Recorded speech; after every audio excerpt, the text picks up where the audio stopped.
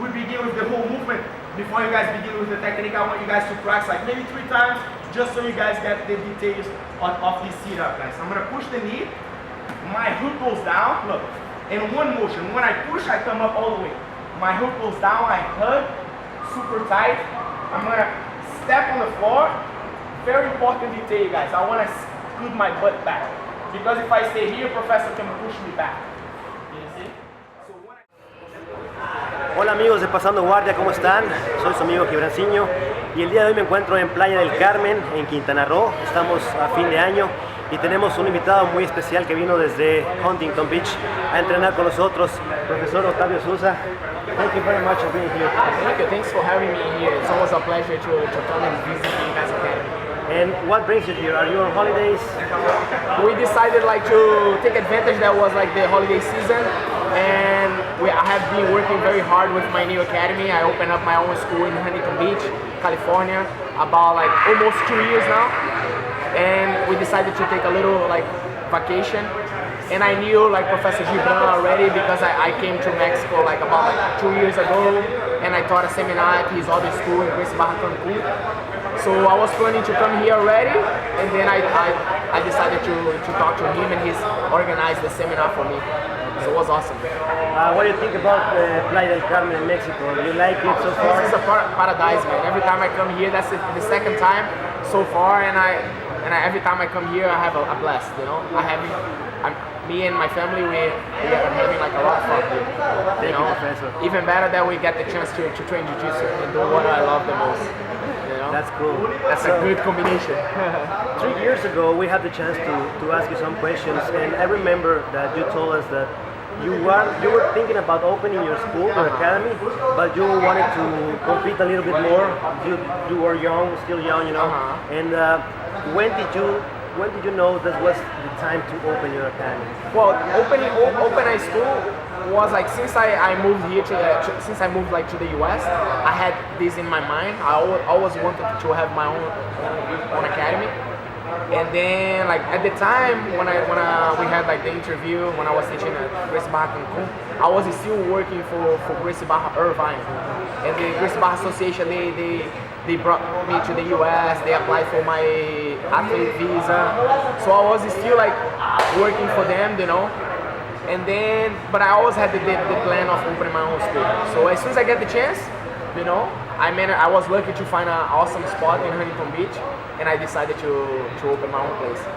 But I still I think I managed very good my time, you know. So I think I organized my schedule pretty well in order to train, so I can still focus on my students, help them out to achieve their goals. But at the same time, I can focus on my own schedule, so I can still push myself to be on the top, you know. Okay. Why Huntington Beach? Why did you decide on there? To be honest, I always liked the area, but the reason why I decided to open over there, to be honest, I didn't want to leave Orange County. No. Because I made a lot of friends over there, you know, and I moved, and I was teaching the whole time, almost 5 years in Irvine. In Orange County, there is a lot of Gracie Barra schools. So at the beginning, when I didn't have a spot, I had a really hard time to find a location, you know, because it was too packed, you know. But I was lucky to find this spot in Huntington, you know. Was still in Orange County, so I could stay close to my friends. So came in a good time, you know. Everything works out perfect. What is the hardest part when it comes to open a business, your own business? What was the hardest part for you to work with? I think like I mentioned, you know, how can I say?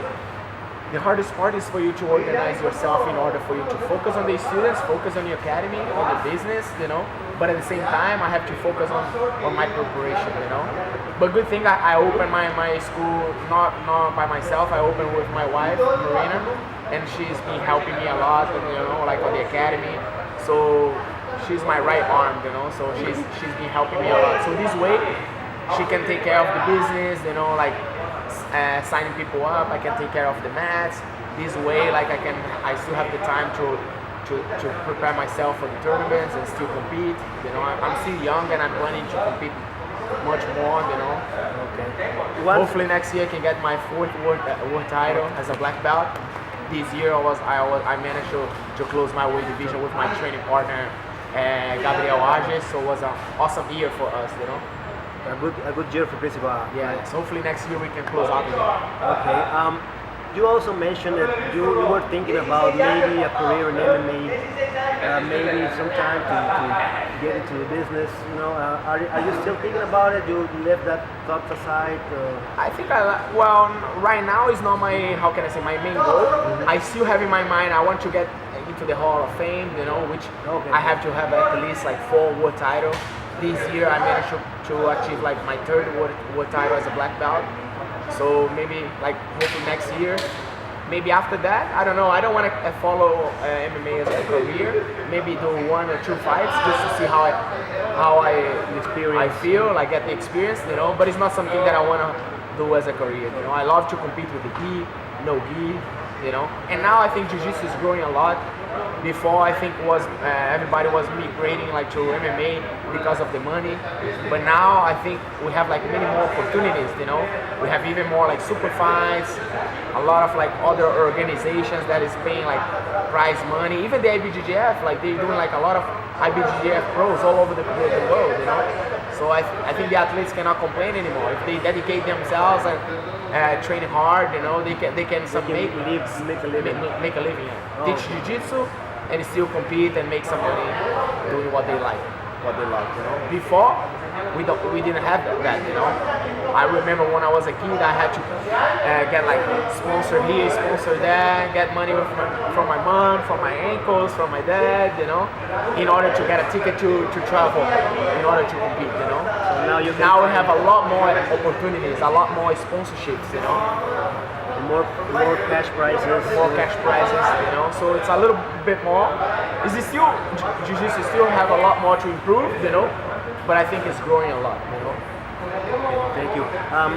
Now that you have your academy, about 2 years, you know. Yeah, almost like 2 years, 1 year and a half, something like that.